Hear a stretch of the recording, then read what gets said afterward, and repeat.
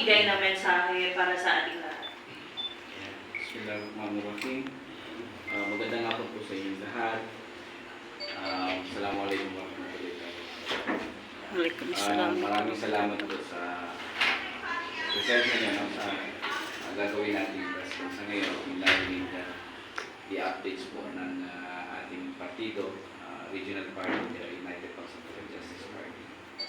And with this, we'll be open for questions.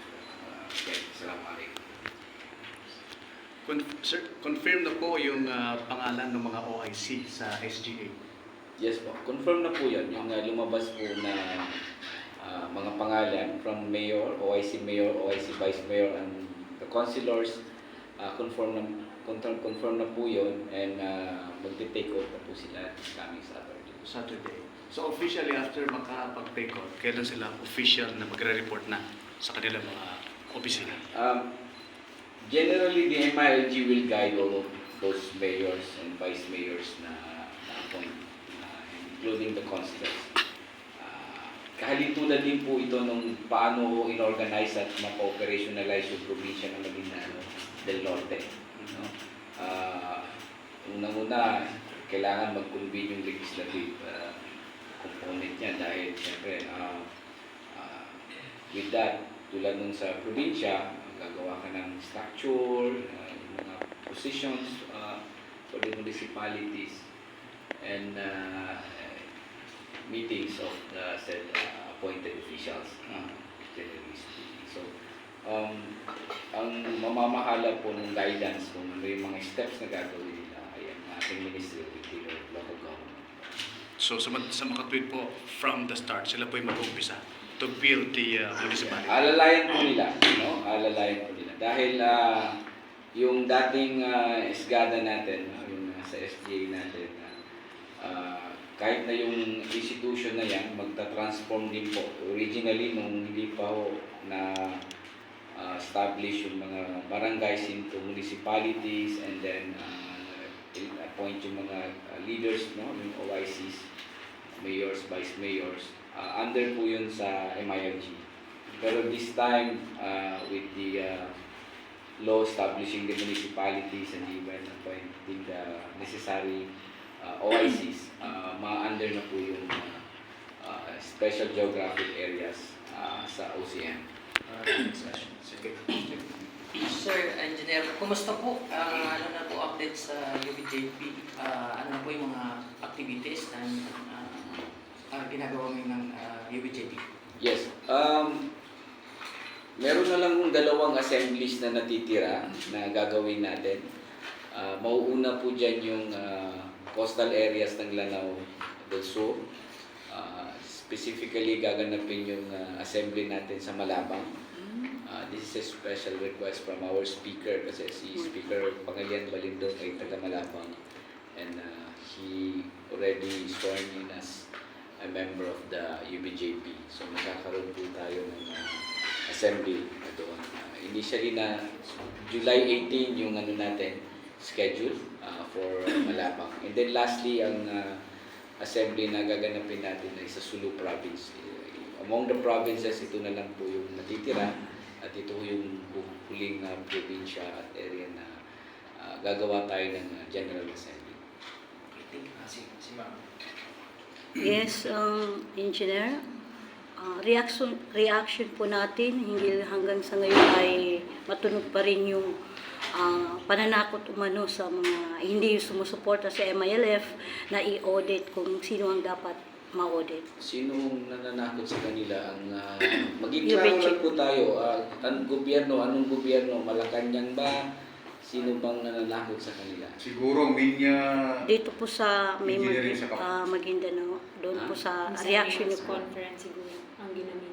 Doon sa meeting nila sa Manila nung Monday. Yun ba yung premise nung pagsasabi natin pananakot? Kasi the way we're looking at it, wala naman pong pananakot na ginawa doon sa meeting nila. And kung titingnan po natin yung interview doon sa inaakusahan na presidente ng Partido Federal, si Governor Tamayo, specific nag-mention niya na tulad din ng ginagawa na pinapasilip yung government sa BARM para makita kung maayos ba at kung ano pa yung kailangan i-improve. Ganon din ang basically gagawin sa mga LGUs. Kasi sabi nga niya, kung maayos at maganda, hindi dapat i-replicate natin sa ilang probinsya o ilang munisipyo, di ba? So, ano yung ikinatatakot doon sa bagay doon? So, hindi ho natin nakikita saan ho part doon ng sinasabi natin tinatakot sila at ipapa-audit. Malamang baka nanggaling sa kanila yon term na yon nung time na nag-uusap sila. Engineer, reaction or panig po ninyo sa statement or sa mga releases ng mga kritiko na yung sa last assembly daw po na ginanap sa DOS, hindi daw po totoo na umabot sa 172,000 ang mga dumalo na miyembro ng UBJP. Normal na po yun dahil kung may claim, siyempre merong magdi-dispute, di ba? Pero nasa sa kanila na yon kung how they will prove yung sinasabi nila na hindi totoo. But as far as our side is concerned, no, sa UBJP, may basis po kami kung bakit namin sinasabi na umabot ng 176. May mga registration po tayong ginagawa. No? Maliban doon sa crowd na makikita mo sa area, yung registration na ginagawa natin during the event would be one of the basis kung bakit natin sinabi na umabot na tayo ng 176,000 crowd during that day. Sir, sa latest survey po ng IAG, yung about po doon sa IAG? Opo, IAG. Okay. About sa kaalaman ng mga botante Yes. sa nalalapit na parliament election. Lumabas po na mataas ang bilang ng hindi pa alam or maliit lamang ang kaalaman sa tamang pagboto. Meron na po bang mga hakbang na ginagawa yung UBJP para po matulungan yung iba pa pong ahensya na magkaroon ng voters education yung ating mga botante dito po sa BARM? Yes. Meron na po. Isa po yan sa mga priority activities natin na kailangan natin gawin. Tama po yung assessment na sa ngayong panahon na ito, dahil bago yung BARM, bago yung sistema ng gobyerno, may sariling electoral code, no? And then may IRR na from the COMELEC, kailangan talagang massive information dissemination, no? Na gawin para mapaintindi sa taong bayan paano po ba talaga yung gaganawing election ng first parliamentary election for the BARM next year. No? Tulad nung ginawang event ng COMELEC last time sa Manila, no? And then in-invite yung mga party representative and the officers, magandang activities, yung mga tulad na yun, kailangan pang paramihin yun dahil nalaman natin na yung gagawing election next year ay magkakaroon tayo ng 2 balota. Kasi last time isang balota lang kahit na kasamang ARM election. But this time, sabi ng COMELEC, 2 na pong balota, isa sa national at isa sa BARM. Follow-up question. Another thing po, nabanggit nga po din na po sa issue na naitanong ni Ate Tia kanina, is nabanggit doon yung sa minensyon ni Governor Tamayo na dapat MIL-led pa rin ang mananalo sa election. How about po, on the negative side, what if po hindi natin sigurado kung mananalo pa rin po ang MILF sa darating na 2025 election, what will be the step po? Ano na po yung paghahanda po ninyo? Sabi ho ng mga leaders namin, isa lang po ang option, kailangan manalo next year. Inshallah. Inshallah. Pero nandiyan naman ho yung possibility na pwedeng mangyari yun, no? At nasa kadar ng Allah yan, nakadar natin yan kung sakali mangyari yun o hindi. But yung mindset natin ngayon and all the preparations that we are doing, kailangan manalo. In the event na kung sakaling hindi mananalo yun, it's part of the speculation, no? Malamang ang UBJP would again struggle and participate in the next coming election. Hindi naman po nagtatapos sa 2025 ng mundo, di ba? Oo. Pero again, no, maapektuhan mo yung mga ilang bagay kung sakaling mananalo ko yun. Halimbawa, yung completion po ng implementation ng peace agreement, yung CAB, specifically yung normalization, maaaring na drastically maapektuhan yun, di ba? Nabanggit na rin po ni Governor Tamayo na isa sa mga bagay na tinitignan nila yung mga elements of the deliverables natin sa peace agreement. Kaya nga po, pinupush natin, sinisikap natin na pagdating ng 2025, it has to be MILF-led BARM pa rin para smooth yung magiging implementation natin sa mga components po na meron o deliverables na meron both parties for the peace agreement natin o yung comprehensive agreement on the Bangsamoro. Sir, for the record, ilang libo na talaga ang members ng UBJP? Up to yung exact talaga, no? We are struggling dahil yung encoding po, ma'am, ang nagiging challenge po talaga diyan sa ngayon, no? At eventually, syempre, makakapag-build ka na ng database with regards to the pagpasok mo dun sa mga nag-fill up ng form, dun sa members ng UBJP. But dahil po sa dami nung nag-fill up po, ma'am, yun din po yung struggle na kinakaharap namin ngayon. Pero hinahanapan na namin ng paraan na eventually maipasok na namin yung mga members namin para mapadali po yung pagkuha namin sa exact figure natin kung ilan na ba talaga ang miyembro po ng UBJP po, farm-wide. But that is exact figure, unfortunately, ma'am, I could not provide you the exact figure, but libo-libo na rin po talaga yung miyembro po namin. Kung titignan mo lang po yung General Assemblies namin, halimbawa, no, baka umabot na ng more than 100,000 na yan, halimbawa. But again, yung specific lang would be the basis ng pag-encode po natin para exact po yung figure na ibigay natin. Follow-up question. Sinasabi nila ng mga speculations na BGC versus UBJP ang maglalaban. Hindi ba kayo natitreaten? Ate Anne, natitreaten.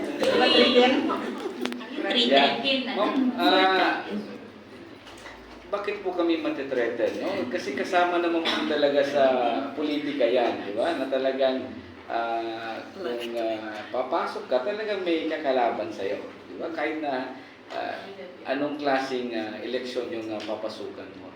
But to the aspect of, alimbawa, BGC versus UBJP, ang malaking challenge nga ako sa side nila eh. Kasi kung titignan mo, among the parties na pinaregister nila, pati yung BGC niregister nila as a party. Yes. So ano kung pwedeng mangyari niya pag eleksyon niya? Alangan naman dalawang i-shade mo. Di ba? So, kasama na ho sa ano yan, sa preparation ng election na talagang pinaghahanda mo namin. At generally, hindi po kami threatened sa alyansa nila.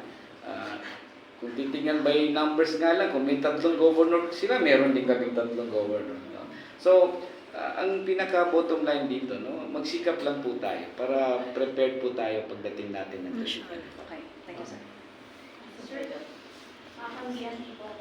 Ano po ang reaksyon ng UBJP regarding po sa pahayag ni Governor Mariam Mangudadado na si Governor makakuha umano ang susunod na mga minister? Chief Minister. Kailan daw yun? Ngayon. Sa nag-lead. Hindi niya sinabi sa'yo kung kailan daw mangyayari yun? Yun yung sa napag-usapan sa with Governor Tamayo. Hindi. Tapos si ano? Oo, hindi. Yung sa doon na napag-usapan nila. Kayo, tatanungin ko kayo. Assuming na, di ba, may mga ganong mga bagay na pinag-usapan. At the end of the day, MILF-led pa rin yan. Di ba? And that is very internal to the MILF. No? Doon na lang tayo sa sagot ni Chief Minister. Di ba tinanong niyo siya?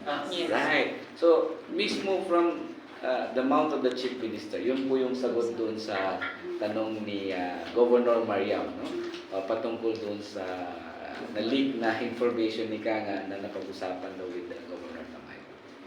Ano naman po yung reaksyon ng partido dun sa estilo ng ibang party na naninira yung style ng kanilang assembly is tinitira o inaatake yung partido.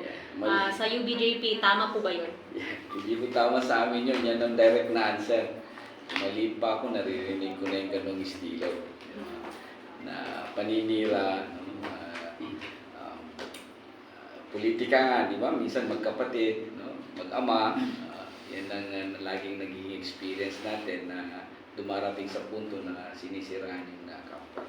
At nakita nyo naman sa lahat ng assemblies namin kung paano kami magsalita at paano yung delivery of messages of the Chief Minister, the Vice President Iqbal, and even our Secretary General. And even the politicians that is supporting us. Kung may mga ganong mensahe na ginagawa sila. Kami objective lang, no? Kung ano yung sa tingin namin na pwede namin i-provide sa mga tao. Tulad ng sinasabi namin, may nasimulan kami, gusto namin ituloy at tuloy-tuloy yung development and then yung services, doon kami nakasentro sa lahat ng mga ginagawa namin sa kanila.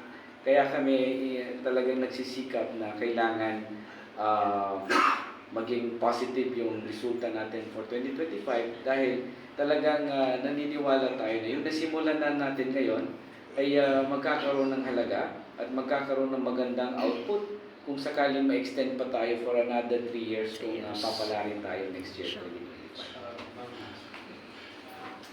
Daisy Magon po, paano po DG hinahandle ng UBJP na I'm sure yung mga naririnig natin sa baba, pero I'm sure nakakarating sa taas na there are these usap-usapan na nagkakaroon na ng hindi pagkakaunawaan between sa mga leadership ng UBJP, ng Bangsamoro government. May mga ganong speculation po.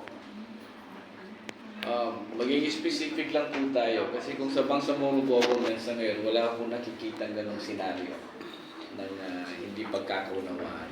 In fact, smooth po yung pagpapatakbo ng BARMS sa ngayon. As to the MILF members naman, hindi ko rin alam yung specific niya kung saang lugar, anong institution ng MILF, BIAF ba, Colcom ba, o sa mga women's institution, SWC, BIWAB. Dahil sa ngayon, wala naman po talaga nakikita na hindi pagkakaunawaan. Especially sa leadership natin sa ngayon.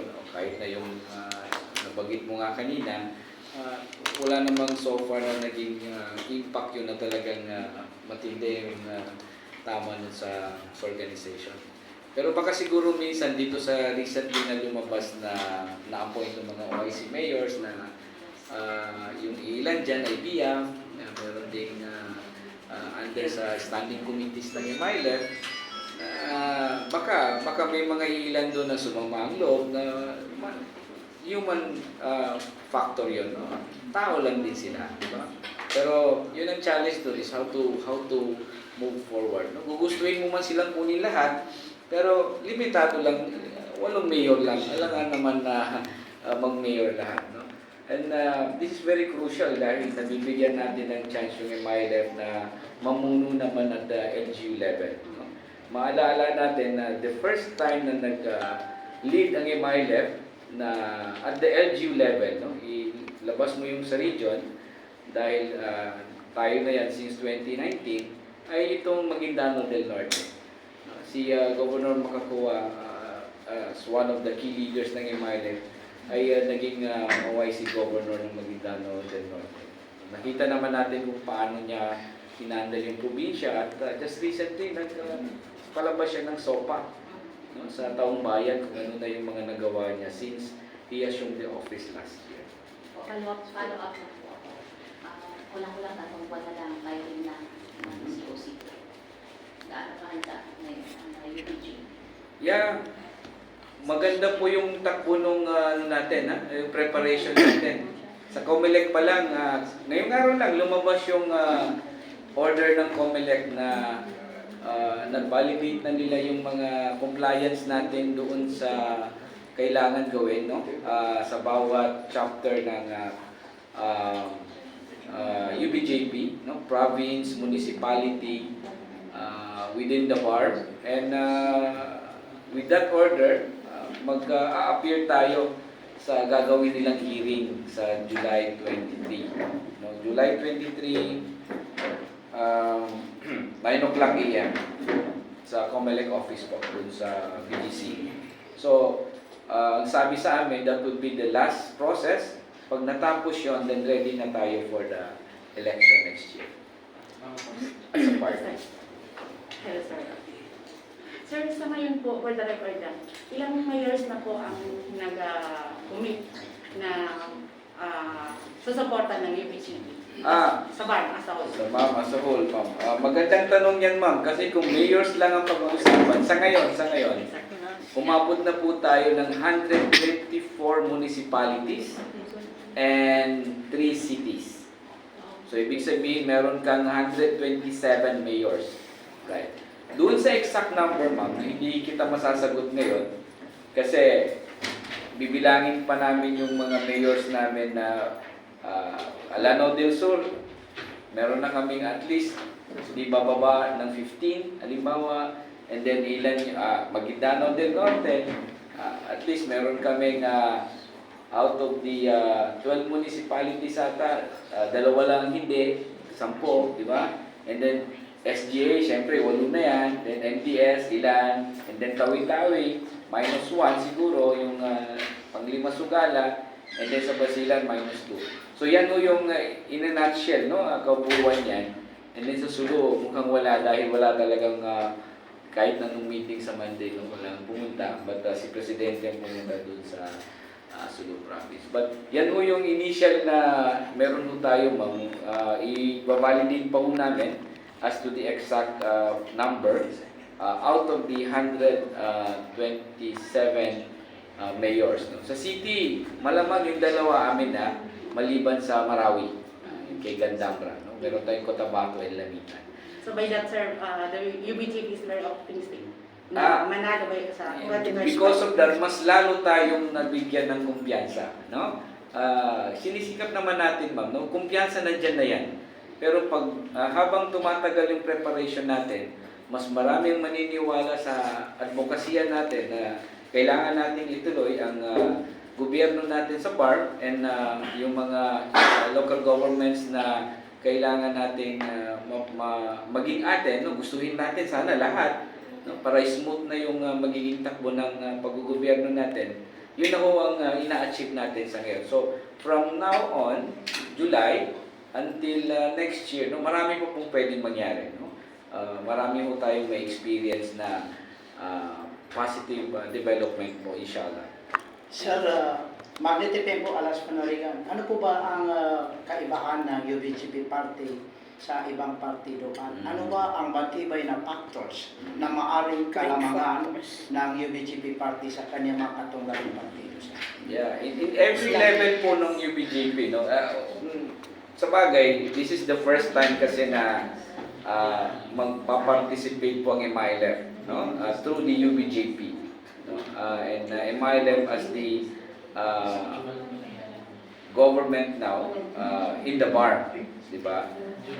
Lagi namin sinasabi na UBGP is a principled political party.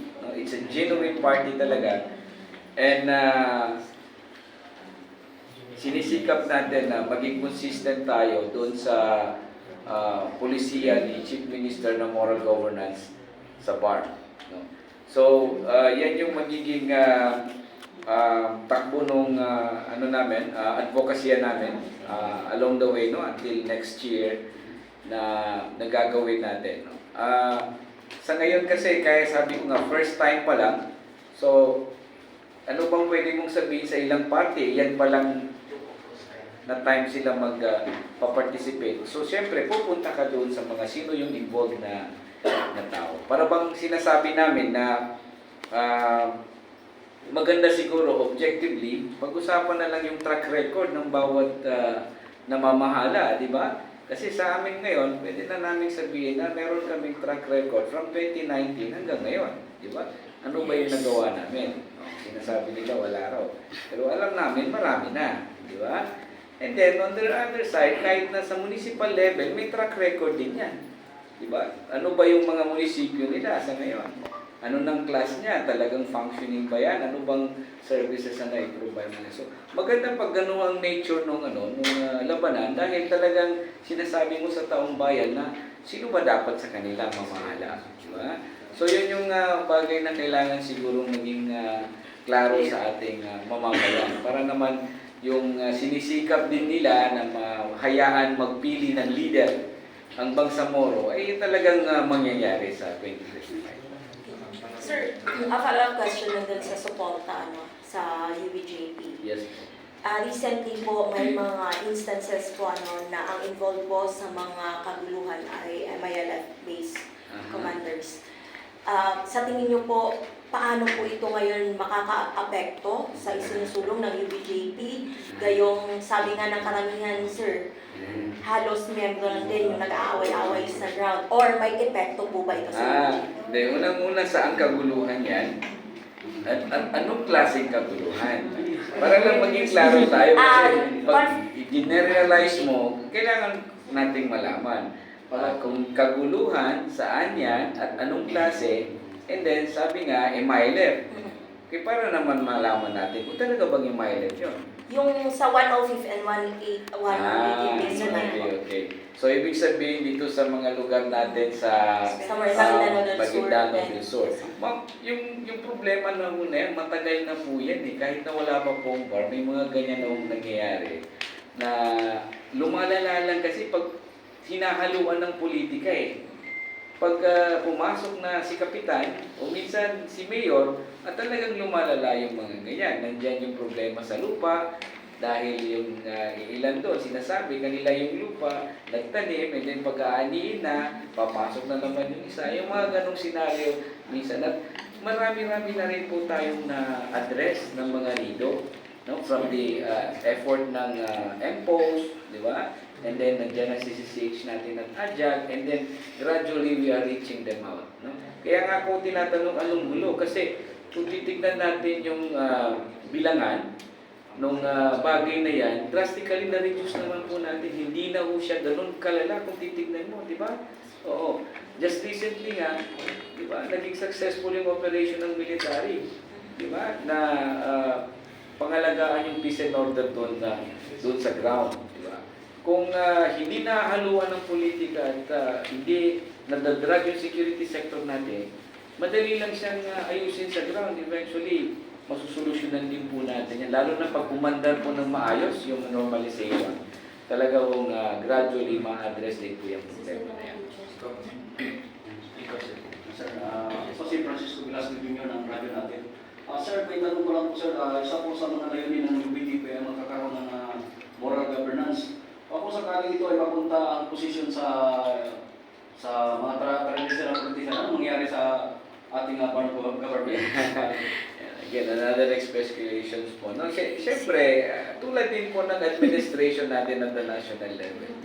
Minsan, pag nanalo yung opposition doon sa administration, maapektuhan yung polisiya. Di ba? Magiging iba yung focus at priority. Di ba? So, malamang yun ang magiging experience natin na hindi na nila gagawin moral governance. Siyempre, sasabihin nila, ay hindi sa amin yan. Oo, sa UBJP yan. Di ba? So, talagang aasahan mo na ganun ang mangyayari. Kaya, sinisikap natin ngayon na at least sa part natin na yung preparation natin for the next year election ay tuloy-tuloy lang. Para fiction sir, sa akin. Meron po ba kayong mga na-encounter ng mga problema sa previous na activity ng UBJP at ano ba po ang maging posibleng problema kaharapin ng UBJP sa hinaharap na activities? Yeah, doon naman sa mga nauuna nating activities, siyempre very challenging. You will gather people naman, di ba? And then yung security aspect niya, and alhamdulillah, so far, no, sa lahat ng ginawa natin, wala tayong experience na security concern. Yung mga untoward incidents na maaaring magresulta ng loss of lives and even loss of properties. So far naman maayos at lagi nating nire-refine yan at pinipino para yung mga succeeding activities na gaganapin natin maging maayos po talaga at maiwasan po yung mga bagay na hindi dapat mangyari sa mga gatherings natin. Kasi alam mo naman, pagdating sa gatherings, no, masyadong vulnerable for any kind of sabotage and any kind of doings na makaka-apekto doon sa gathering and doon sa mga tao na a-attend sa mga gatherings nito. Sir, follow up doon sa question nila. I-share mo na. Magandang araw. Balikan ko lang po sir yung sa usapin po ng SGA sa mga OIC. Tinanong mo OIC. Ano po yung different ng OIC sa mga duly elected officials? And ano po yung difference sa kanilang duty and responsibility to be discharged? Malaki po ang difference niyan eh. Dahil unang-una, pag duly elected ka, talagang firm yung mandato mo sa position na kung saan tumakbo ka as compare mo doon sa OIC. But kasi itong OIC, this is understandable that newly created lang eh. And newly appointed sila. So definitely, makaka-focus yung mga gagawin nila kung paano nila mapadali o ma-fast track yung pag-operationalize ng mga munisipyo na na-establish na. So yung mga steps na gagawin nila, tutulungan sila ng MILG dyan para naman mapabilis lahat. And then yung mga funding requirement na kakailanganin nila, definitely the BARM will provide it para maka-take off sila. Halimbawa lang kung sakaling saan yung identification nila of the seat of the municipality, di ba? And then MILG would definitely provide the municipal hall na kailangan nilang itayo doon. And then yung legislative body nila. Kasi itong dalawang ito, dito nakasentro yung operation ng munisipyo. Pag wala kang munisipyo at saka wala kang legislative, na paano mo mapaandar ang gobyerno sa isang municipality? Diba? May mga decisions ang mayor na kailangan mo ng legislative action from the councilors and the vice mayor.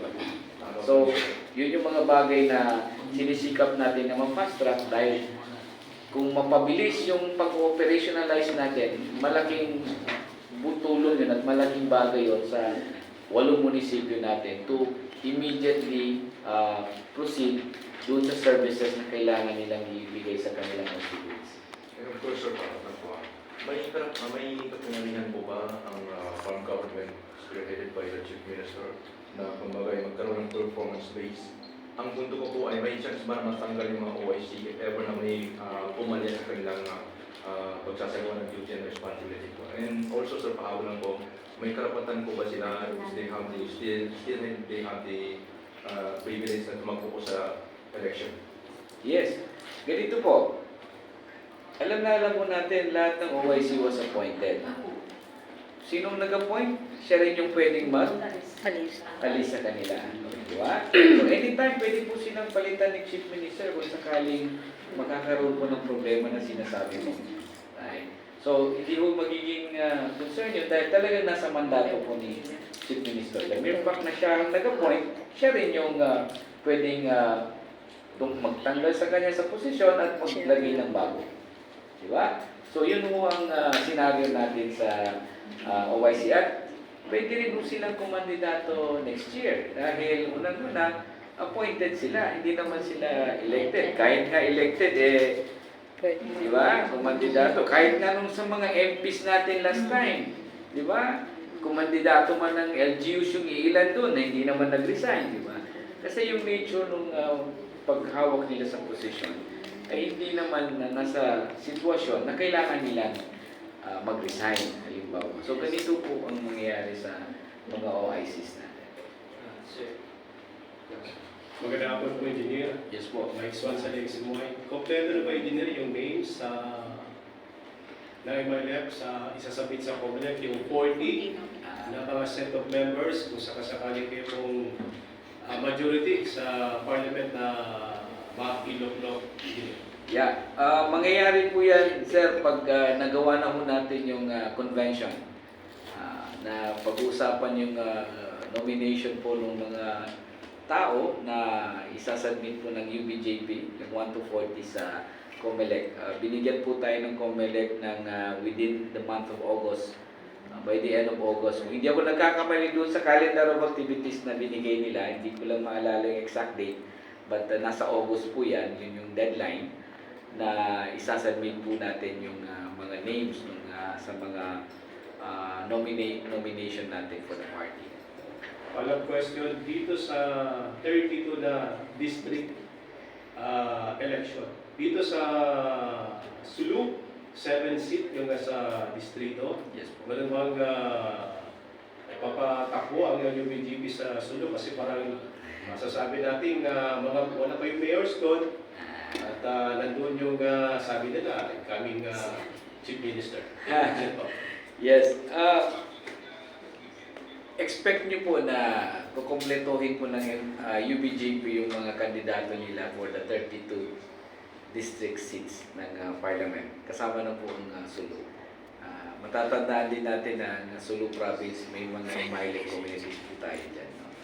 Although alam natin na the LGU level, no? Baka nga tulad nung nabanggit mo, wala tayong mayor, no? Pero hindi mo masigurado, wala ka bang councilor dyan, wala ka bang vice mayor. And even the barangay captains, di ba? Malaking bagay yun sa bawat munisipyo. So darating ko tayo sa sitwasyon na yan na i-announce din po ng UBJP yung mga kandidato niya for the district representative. Sige po. Sir Nigel from the XNS. Kamusta nagsagawa ng hiwalay ng investigasyon ng UBJP ngayon sa Binuri na may UBJP member sa Cotabato City? Kumusta na yun siya? Yeah, yun. Hihingi ko kami ng update sa ating kapulisan. Just recently, napalitan mo ata yung city director natin sa city. May bago tayo city director. But kuha ko tayo ulit ng update sa kanila. Nakasalalay ko yan sa city police natin. Patungkol dun sa nangyaring pamamaringan ng miyembro natin. Sa Hindi Village. Few days ago ata o last week. Sa Hindi Village. So, hindi ko natin palalampasin ito. We will seek justice for this one. Follow-up, sir. Doon sa mga nag-apply sa sectoral representative, mostly ang nag-apply taga Maguindanao, ang mga taga dito lang, Maguindanao sa Maguindanao Norte. May mga reklamo from island provinces na hindi sila na-inform na kailangan pa pala nila mag-apply sa public. May kakulangan ba sa information sa negative? Wala pong kakulangan sa bagay na yan dahil unang-una matagal na lumabas ang IRR ng Bangsamoro Electoral Code. At COMELEC naman po nagpalabas na nga ng calendar of activities. So it would be a matter of those who are interested, especially organizations, natutukan yung mga information, especially galing sa COMELEC. Kasi nasa kamay po ng COMELEC yung proseso natin sa election, no? Sa parliament at even yung sa reserve seats. Tayo naman po nag-comply lang kung ano yung nilatag nilang requirement for the sectoral.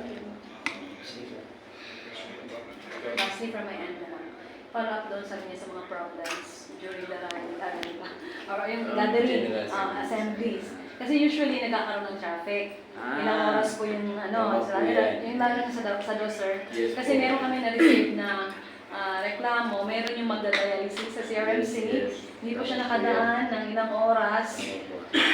Dapat that day, dapat ma-dialysis siya. So paano natin maiwasan ulit yung mga same scenarios during the gatherings po? Yeah, unang-una, humihingi kami ng paumanhin talaga sa nangyari na yung mga sitwasyon na minsan unforeseen sa bagay na yan. But may mga factors po na involve po dun sa mga bagay na yan.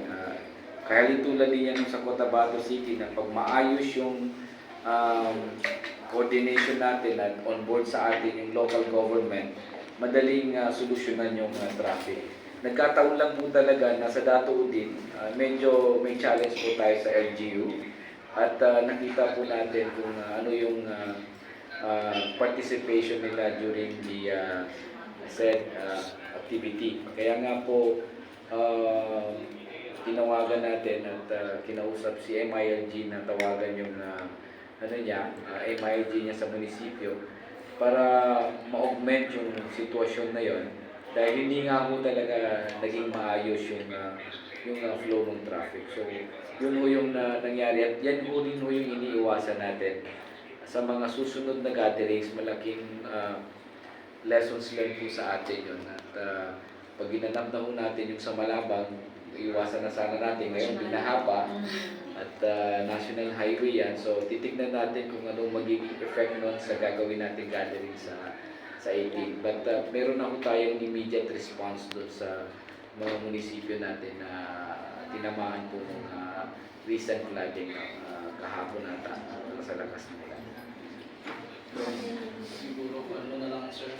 Final message. Okay na po? Sige. Anyway, again, kami po ay nagpapasalamat po sa inyo with this activity na ginagawa natin kasama ng pong press conference na ibibigay po namin sa inyo yung mga actual at update patungkol po sa preparation ng ginagawa nating activities for the UBJP. Again, tayo naman po yung kauna-unahang party ngayon na nakapag-comply at naiset na po yung hearing natin sa 23, 9 o'clock a.m., July 23, 9 o'clock a.m.